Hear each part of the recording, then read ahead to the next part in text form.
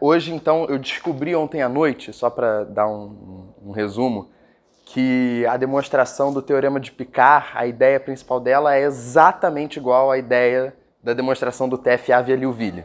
Não tem diferença nenhuma. Tipo assim, ao invés de você pegar 1 sobre P, você pega E elevado a IP. Eu mandei no grupo isso. Mas, assim, eu me convenci disso por alguns motivos, né? Então, meu objetivo é, primeiro, tentar convencer vocês disso também, de alguma forma, tentar demonstrar o teorema e aí a gente acaba, né? Então, é isso, né? Teorema, só relembrando, né? Fazer assim, né? Teorema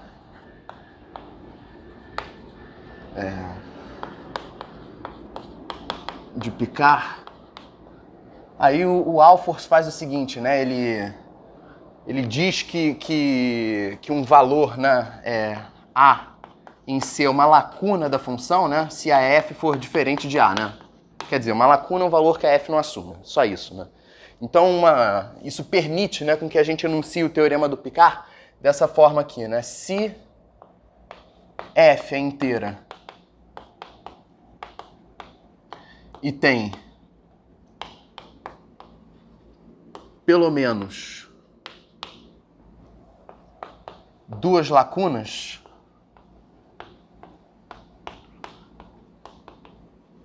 então f é constante. Quer dizer, função inteira não constante omite no máximo um ponto só, né? Se tiver mais de duas é constante.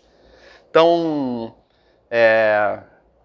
a minha ideia vai ser o seguinte. Primeiro, eu vou tentar dar uma ideia de como é a demonstração. E aí, depois de eu ter feito isso, só vai faltar um passo, que é o passo fundamental que usa o teorema de monodromia. É só isso. A ideia da demonstração, ela está baseada em usar o teorema de monodromia com a função lambda de um jeito esperto para poder tirar esse resultado, né, que a f é constante. Né? Então, é mais ou menos o seguinte, né? Deixa eu só fazer uma coisa aqui antes. Primeiro, a gente pode fazer o seguinte, né? A gente pode supor, sem perda de generalidade, que as lacunas da f são 0 e 1, né?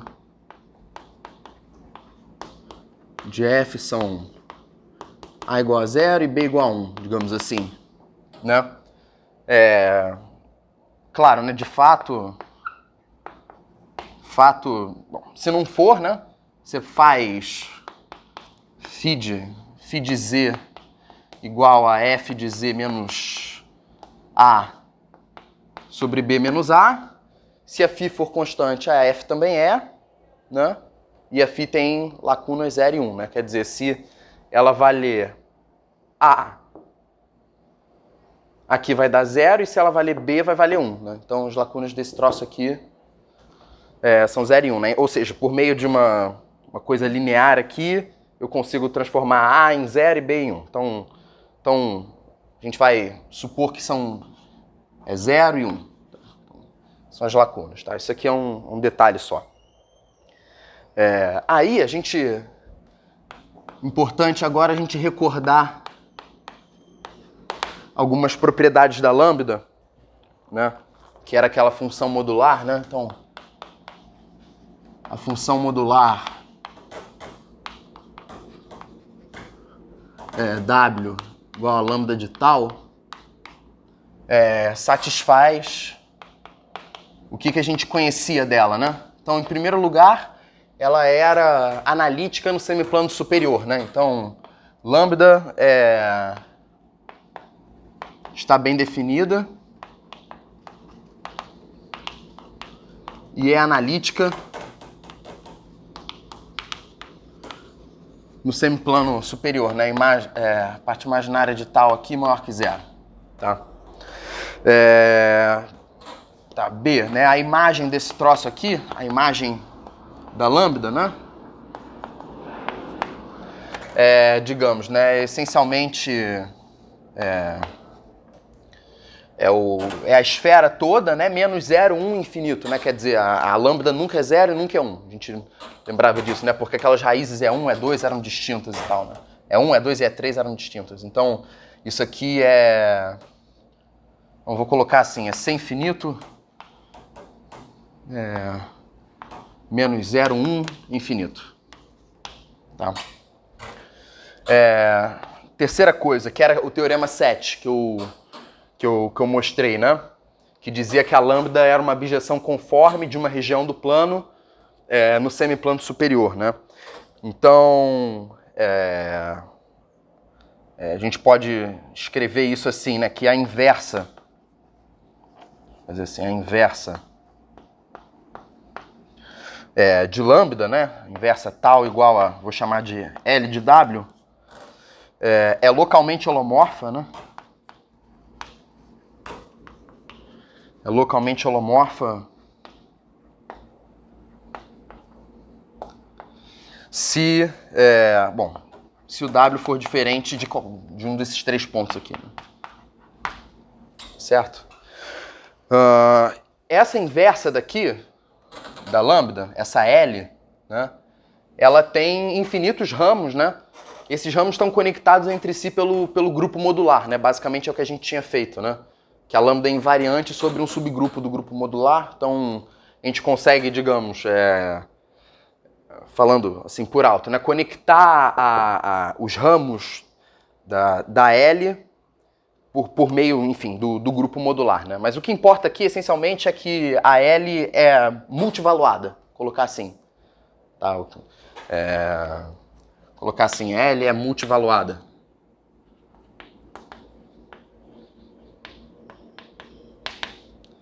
Né? Ela tem infinitos ramos, né?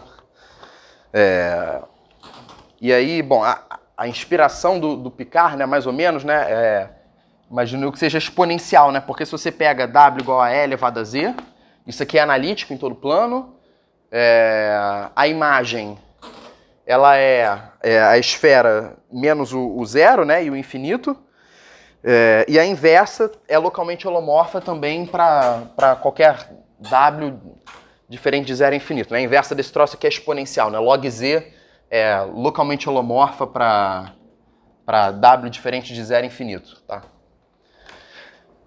Eu imagino que seja mais ou menos essa a ideia. Né? E aí o que a gente quer fazer então é o seguinte, né? Considerar, vou colocar assim, né? Ideia,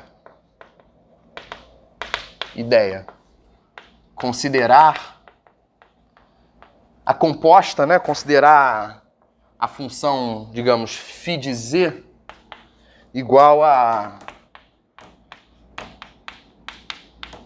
L de f de z, tá? Fazer assim. E aí, a priori, a φ, ela nada me garante que ela não tem problemas de multivaluação, né? A L é multivaluada e, portanto, a φ também poderia ser, né? Definida desse jeito. Mas, se a gente, digamos assim, começa com um valor bem definido para algum ponto aqui, né, de digamos, um LF de zero, né? Então, começamos com um valor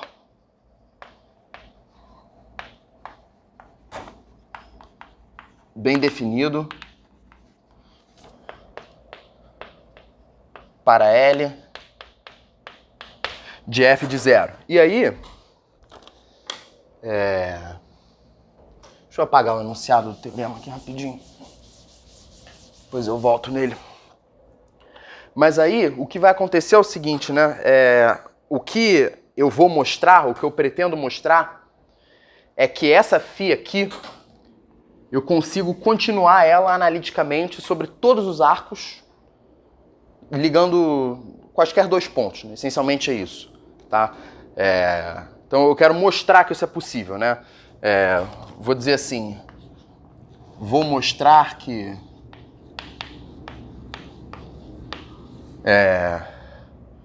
podemos continuar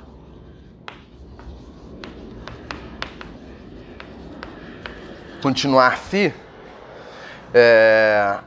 ao longo de qualquer caminho, né, qualquer curva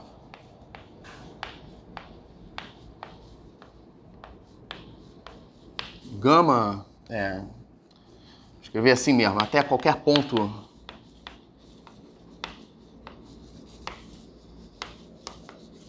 Z em C, né?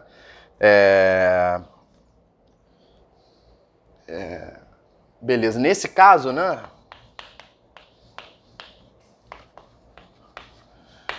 A φ vai ser inteira, né? Porque se eu derivo φ aqui, isso vai estar bem definido, primeiro porque, pela regra da cadeia, né? φ'Z é L'Fz,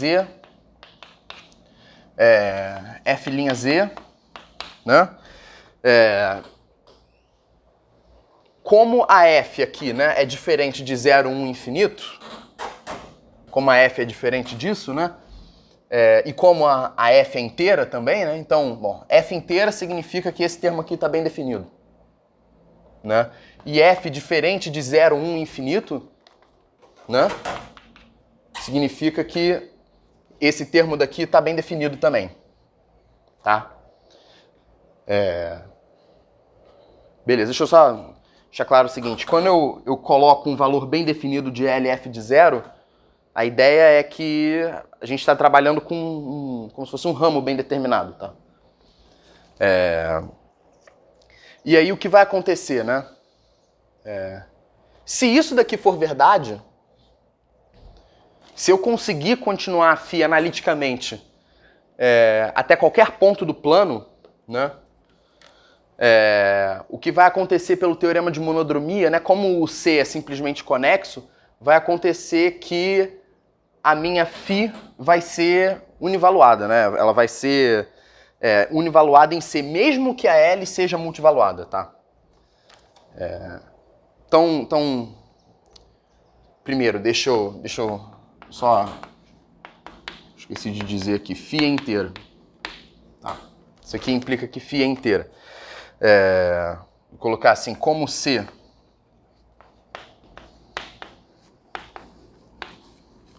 é simplesmente conexo,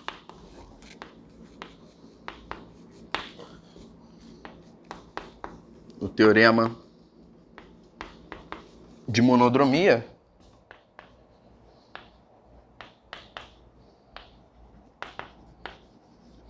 me diz que φ, vou escrever assim mesmo, univaluada entre aspas, em C, né? Basicamente porque se eu tenho dois arcos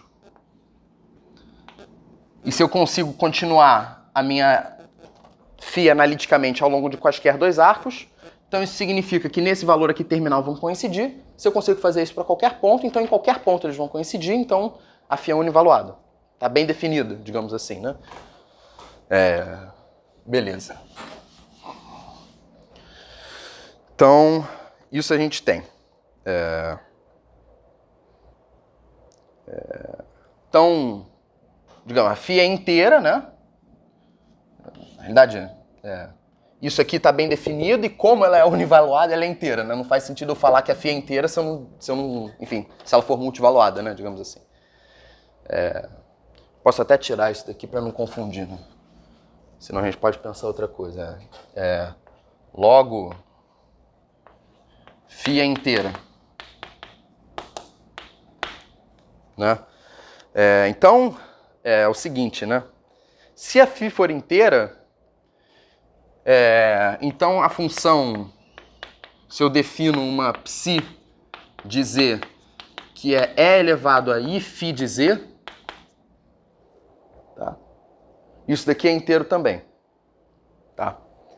É inteiro e como, digamos assim, como a parte imaginária de φ de z é maior do que zero, né?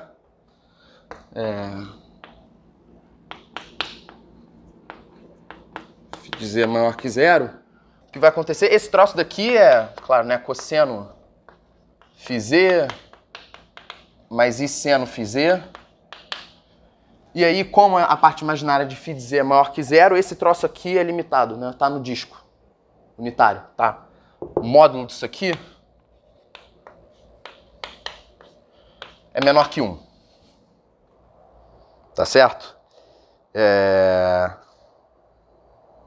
Pronto, né? Então, teorema de Liouville aqui, né? Isso aqui é inteiro, é limitado, então é constante. Então, constante, derivada é 0. Então, a derivada desse troço aqui, psi' de z, é psi de z vezes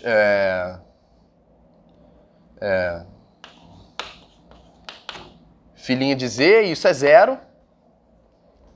Né?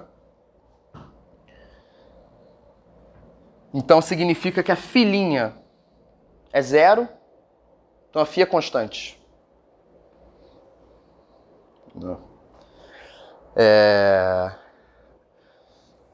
Essencialmente é isso, né? Então, se a φ é constante, escrever isso, φ é constante, né? Se a φ é constante, então, por construção, a f, que é lambda de φ de z, também vai ser constante. Tá?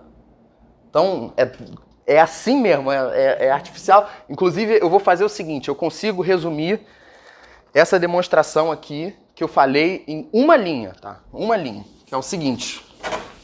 Talvez seja isso que o Alfors disse quando não tem nenhuma prova. Ele fala que é tão compenetrante, alguma coisa assim, ó, é tão... Porque ele fala, né, quando ele vai enunciar o teorema de Picard, ele fala que um teorema que eu vou fazer a demonstração original do Picard que eu acho que é a certa. Talvez seja por esse motivo aqui. Né? Quer dizer, se eu fizer um resumo aqui, né, resumo da demonstração, eu consigo fazer isso assim, ó. Eu tenho f inteira,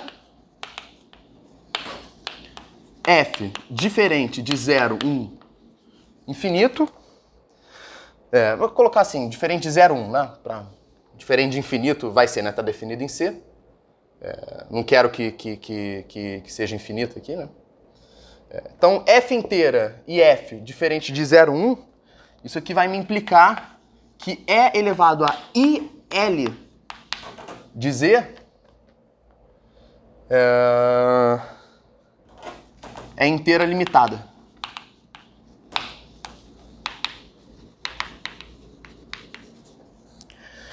E isso implica f constante. Então é exatamente igual à demonstração do teorema fundamental da álgebra. Né? Comi um f aonde? Desculpa. Peraí, deixa eu pensar. Isso, L de f de z. L, que é o φ, né? L de f de z. Isso. Exatamente. Esse é o resumo da demonstração. Quer dizer, a demonstração do teorema fundamental da álgebra é o seguinte: se o polinômio nunca se anula, então 1 sobre p é uma função inteira limitada, então constante. Aqui é exatamente isso. A p era diferente de 0. Aqui é diferente de 0 e de 1. Se isso acontecer, esse troço é inteiro ilimitado, então é constante. Tá? Então, é isso, né? Esse aqui é a essência do argumento, tá? É o que justifica a demonstração. Então, digamos assim, é triste num certo sentido, porque é tudo que a gente não queria, né? A gente estava sonhando para que não fosse assim. Infelizmente, a gente não podia estar mais longe da verdade. Né? A gente não poderia estar mais distante dela. Mas, tudo bem, né? Quer dizer, paciência, né? Uma demonstração, pelo menos a gente tem uma, né? O problema dessa demonstração, eu acho, né? É que, digamos assim, ela funciona e tal, mas ela não leva para nenhum lugar, nenhuma ideia nova, nada, né? Do ponto de vista topológico e tal, né? E aí eu vi que as demonstrações mais elementares, que omitem completamente a lambda, não preciso fazer nada de função elíptica, elas, na realidade, elas são mais eficientes no sentido de que elas demonstram o teorema, o grande teorema de Picard antes, e a partir do grande teorema demonstram um pequeno teorema, e ainda cria uma nova teoria inteira de análise complexa avançada aí, que, se eu não me engano, foi o Borel foi o primeiro que fez a demonstração, digamos assim, elementar do pequeno teorema de Picard. Eu acho que eu li isso nesse artigo. Eu vou te mandar esse artigo, se eu não me engano, foi o Littlewood que é o autor do artigo. É muito interessante.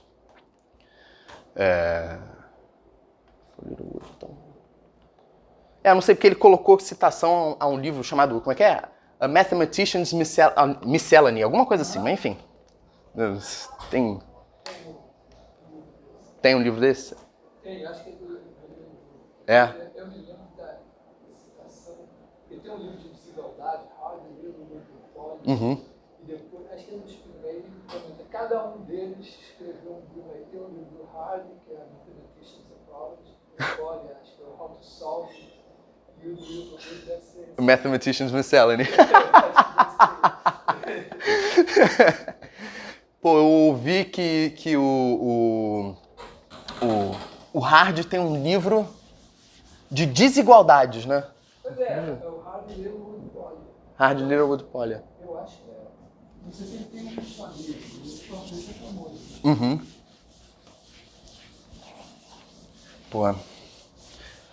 Eu lembro que quando eu peguei Covid tinha uma desigualdade lá que eu estudei, que fazia parte daquele problema do cilindro girando, que era a desigualdade de poliaciego, que era uma coisa completamente maluca, mas era uma desigualdade muito forte que resolvia o problema todo.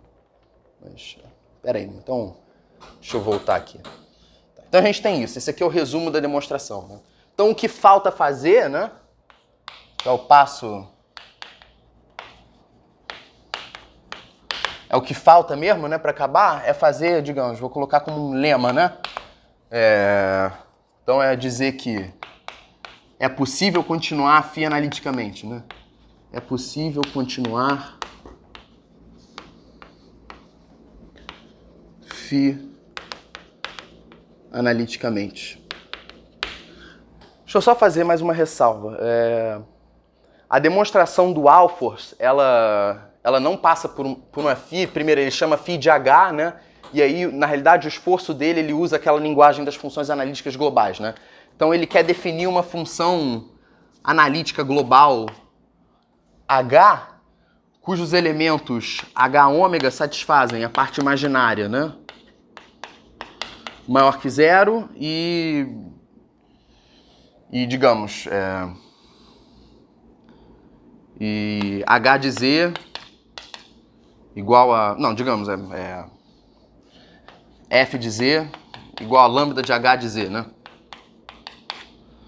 Mas eu acho que isso daqui, enfim, passar pela função analítica global, eu estou evitando fazer isso. Primeiro porque eu acho que fazer isso aqui tira um pouco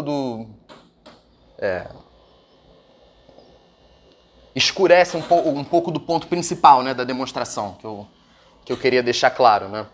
Que você está interessado em pegar, na realidade, a inversa da lambda, né? Então, beleza. Então é possível continuar phi analiticamente ao longo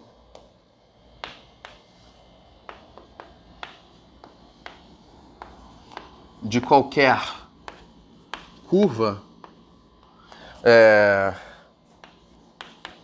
até qualquer ponto Z, né? De tal forma, claro, né? De tal forma que a parte imaginária de phi de Z continue positiva. Tá? Então, beleza, né? Demonstração. Então, supõe por absurdo que não, né? Então, suponha que não.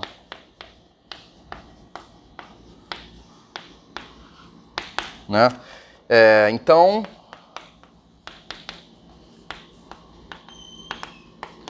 existe uma curva gama, colocar assim de 0 até um T1 em C, tal que φ pode ser continuada, né? Mas, digamos assim, né? Se o T for menor do que o T1, então a parte imaginária de φ de gama de T é maior do que 0, enquanto, né?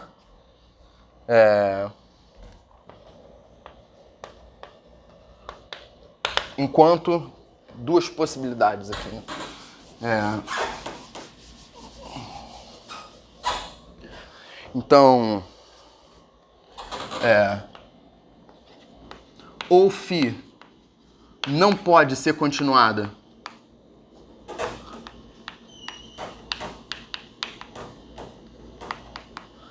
para T1, né? Para T1, ou, digamos assim,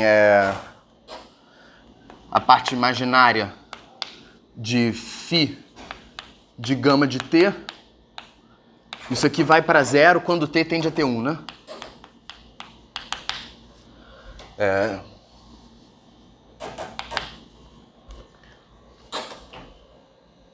O que vai dar o absurdo para mim é isso aqui.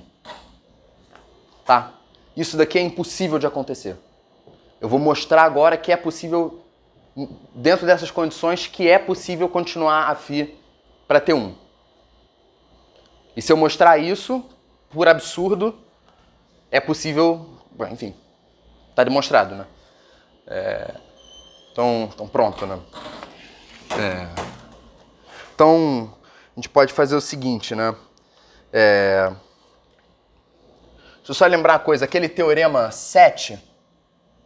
na realidade é o seguinte, né? Eu vou usar aqui agora os dois teoremas da lambda, né? O teorema 7 eu já tinha usado, mas eu vou usar aquele teorema 8 também, que por sinal a gente não fez, né? Mas demonstração é horrível, porque na realidade o que diz o teorema 8 é que qualquer ponto do plano, qualquer tal aqui no semiplano superior, para qualquer cara aqui, existe uma transformação no subgrupo mod 2 que leva esse cara a um único ponto numa região, naquele ômega maluco lá, né? Aquela região assim. Isso aqui era ômega linha, isso aqui era ômega. Só que aqui é aberto, né? Então na realidade leva um ponto tal aqui em ômega barra união ômega linha, tá? No fecho, união, reflexão por eixo imaginário, tá?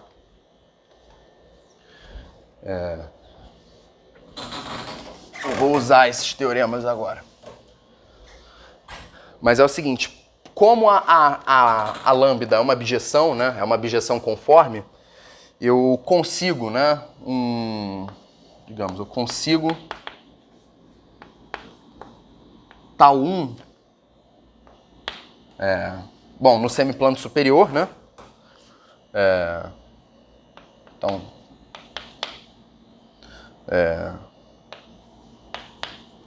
a gente tá maior que 0, com, digamos, lambda de tal 1, eu vou chamar o F do gama de T1. E como é objetiva a lambda, né, eu consigo, como ela é localmente holomorfa, né, a inversa dela, então eu consigo, digamos, uma vizinhança desse ponto daqui e uma lambda 1 aqui, né, cuja inversa está bem definida, né, numa vizinhança. Né, então, colocar assim, né, e uma inversa local que chamar de lambda 1 a menos 1 aqui, né? Numa vizinhança, isso aqui está definido numa vizinhança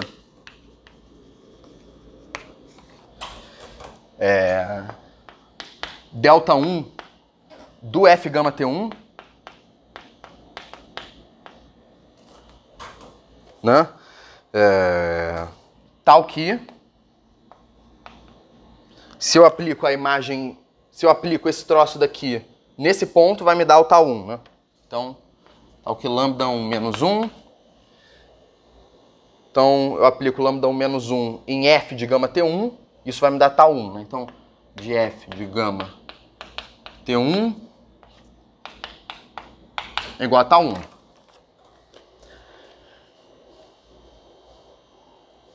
Ok. Então, seja... Agora outra vizinhança, né? Seja ômega 1, agora uma vizinhança do gama T1, né? Então, isso aqui, o ômega 1 é uma vizinhança desse cara, né? Então, vou escrever assim, aberto.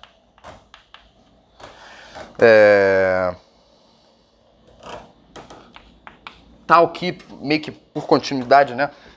O Z pertencente a ômega 1 implica F de Z pertencente a delta 1, né? Quer dizer, a função contínua leva coisas próximas em coisas próximas, né?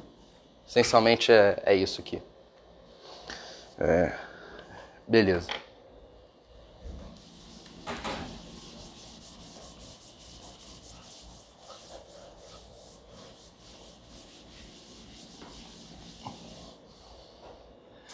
Agora eu pego um T2 menor que T1, tal que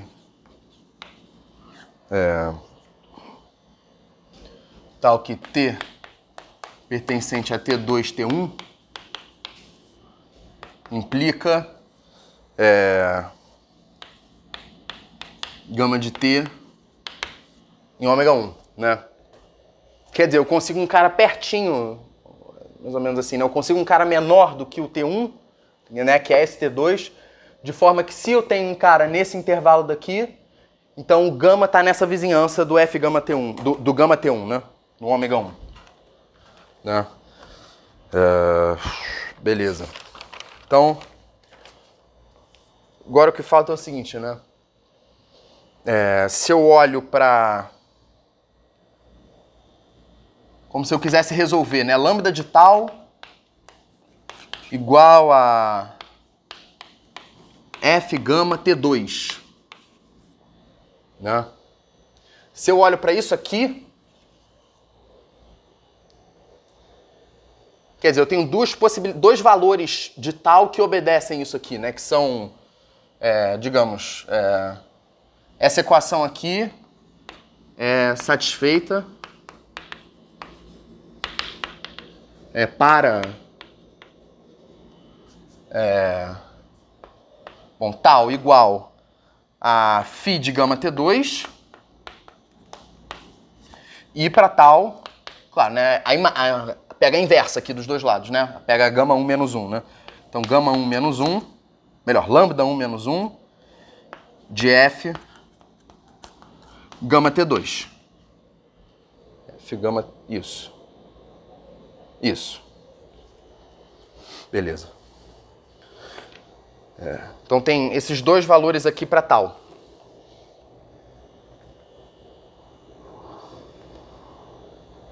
Vou pensar aqui.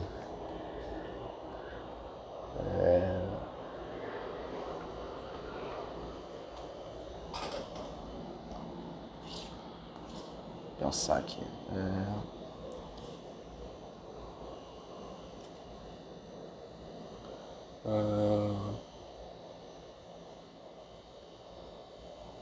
O que eu vou fazer agora pelo teorema 8, pelo teorema...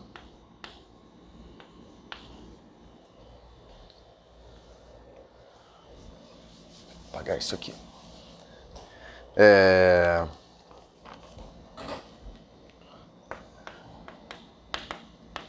existe uma transformação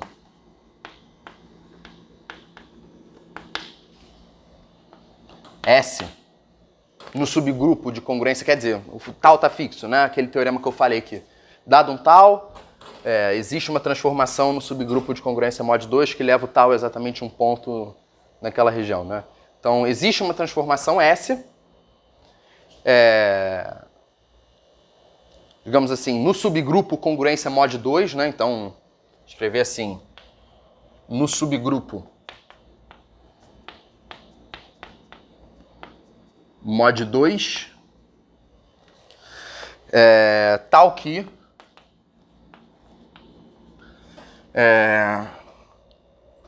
se eu calculo o S nesse ponto, vai dar esse.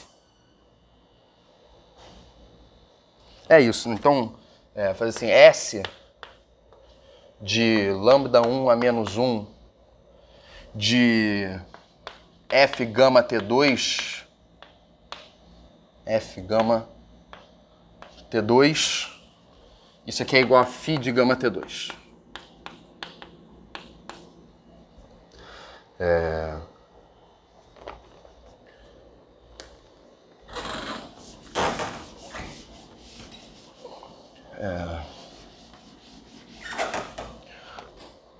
Só um detalhe, a lambda é invariante com relação a esse cara daqui, né? Se eu aplico S no lambda, a lambda não muda, tá? A gente mostrou isso, que a lambda tem a propriedade de ser invariante com relação a transformações desse tipo, né? Escrever assim, lambda invariante.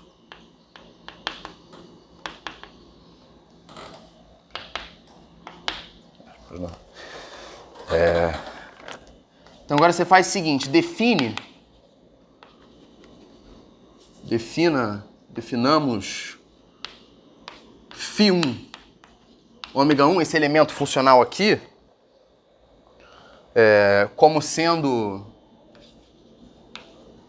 φ1 de z, ômega 1 é a vizinhança, e o φ1 de z vai ser S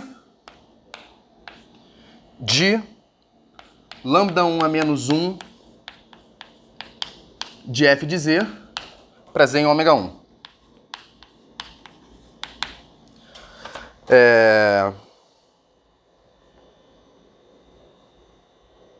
Então, pronto. É claro que isso aqui é uma continuação analítica da φ, né? Ou melhor, né? Deixa eu dizer isso melhor, né? Que essa função aqui, φ1 de z, pode ser, e portanto a φ também, né? Pode ser continuada analiticamente até o ponto gama de T1, né? Esse ponto daqui. Logo, φ1,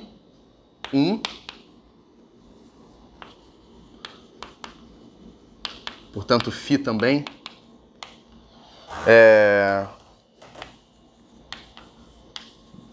pode ser continuada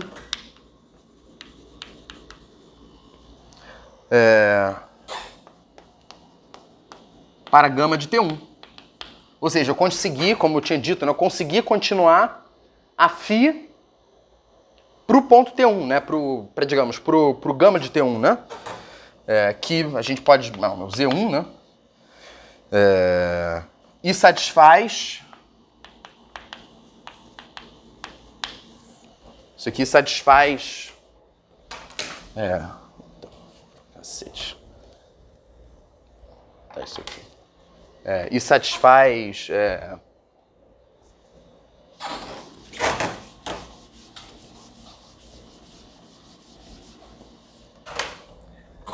hoje está complicado. E satisfaz lambda de φ1 de z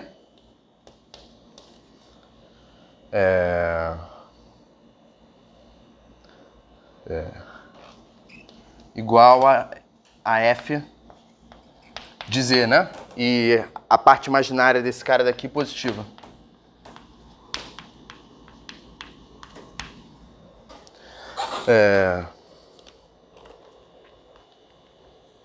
Então eu consegui continuar a φ1, portanto a φ também, né? As duas estão próximas, né? E coincidem na interseção.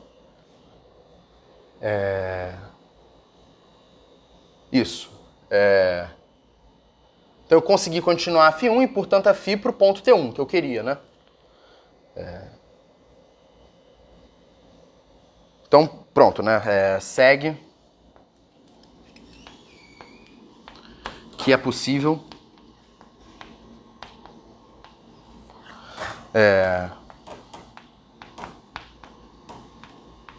continuar φ analiticamente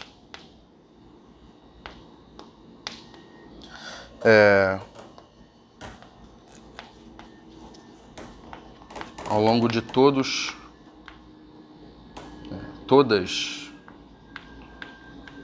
as curvas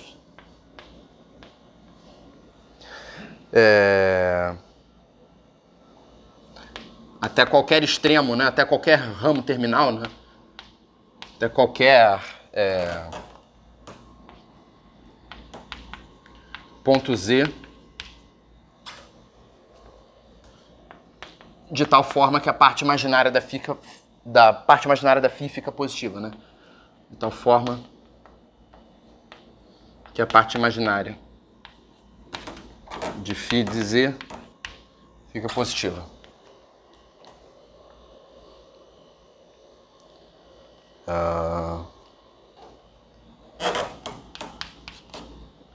Beleza.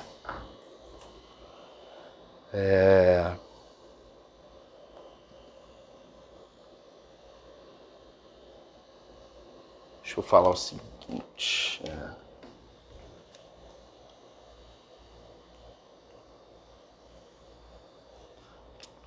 Bom, é isso, né?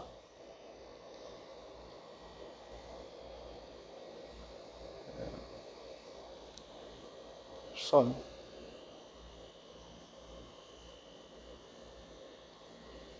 Bom, beleza. Não fico muito satisfeito, mas pensar assim, né? Só para resumir, então,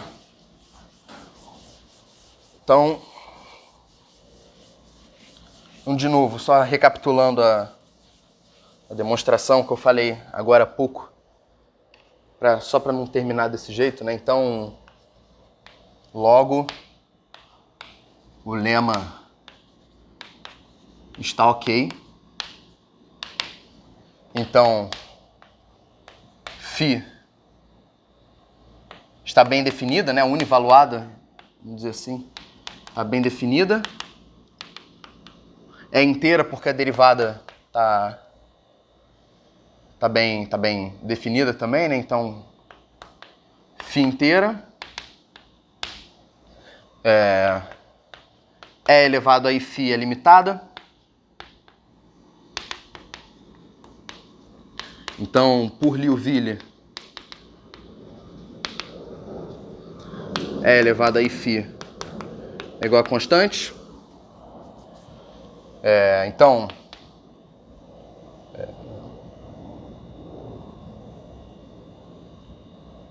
φ é constante. Só pensando aqui, né, porque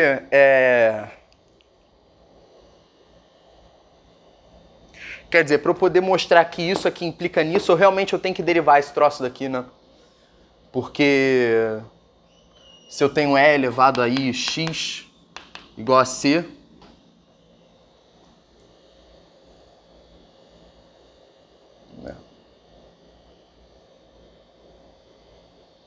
quer dizer, claro, né, tem vários valores de x aqui que satisfazem isso aqui, né?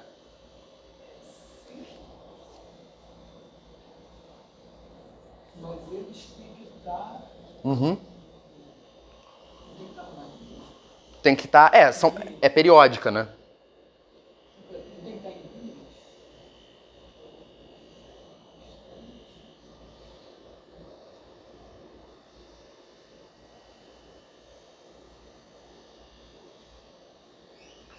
Então, o que eu tô pensando é o seguinte. Minha cabeça é elevado a φ constante, então a imagem de φ tem que estar numa linha que φ ela mostra é constante, então não pode ter uma imagem magra. Ah, sim, é. Ah, sim, sim, sim. Se é elevado a φ é constante, então isso daqui tá uma, numa linha, né? É, numa faixa. E aí, como a φ é holomórfica... Aham. Acho que é isso. É, e não pode ter imagem que é uma faixa, né? Não pode. É, um risco. É, Coisa de interior vazio. uma coisa... É, faz sentido. Faz sentido. É isso. Então, φ é constante, então, do jeito como a gente definiu a φ, né, tal que f de z é lambda de φ de z. Então, f é constante.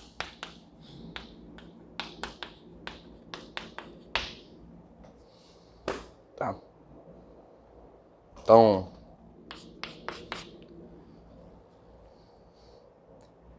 é deprimente realmente, né?